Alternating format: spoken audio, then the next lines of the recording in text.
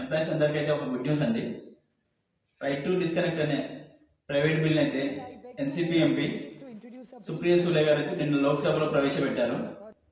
అసలు మ్యాటర్ ఏంటంటే office hours తర్వాత అలాగే హాలిడేస్ లో కూడా వర్క్ రిలేటెడ్ కాల్స్, ఈమెయిల్స్ చేసినట్లయితే వాటిని మనం డిస్కనెక్ట్ చేసే రైట్స్ మనకు ఉన్నాయనేసి.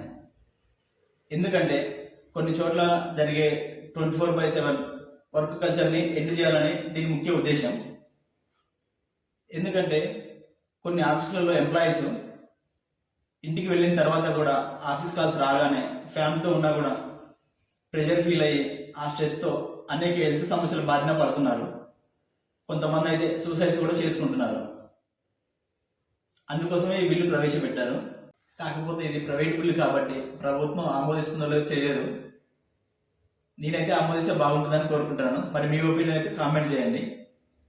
అలాగే ఈ వీడియో నచ్చితే లైక్ చేసి ఈ బిల్లు అప్రూవ్ అవ్వాలని కోరుకునే మీ కొలీగ్ అయితే ఈ వీడియో షేర్ చేయండి. Thank you. Subscribe to my channel.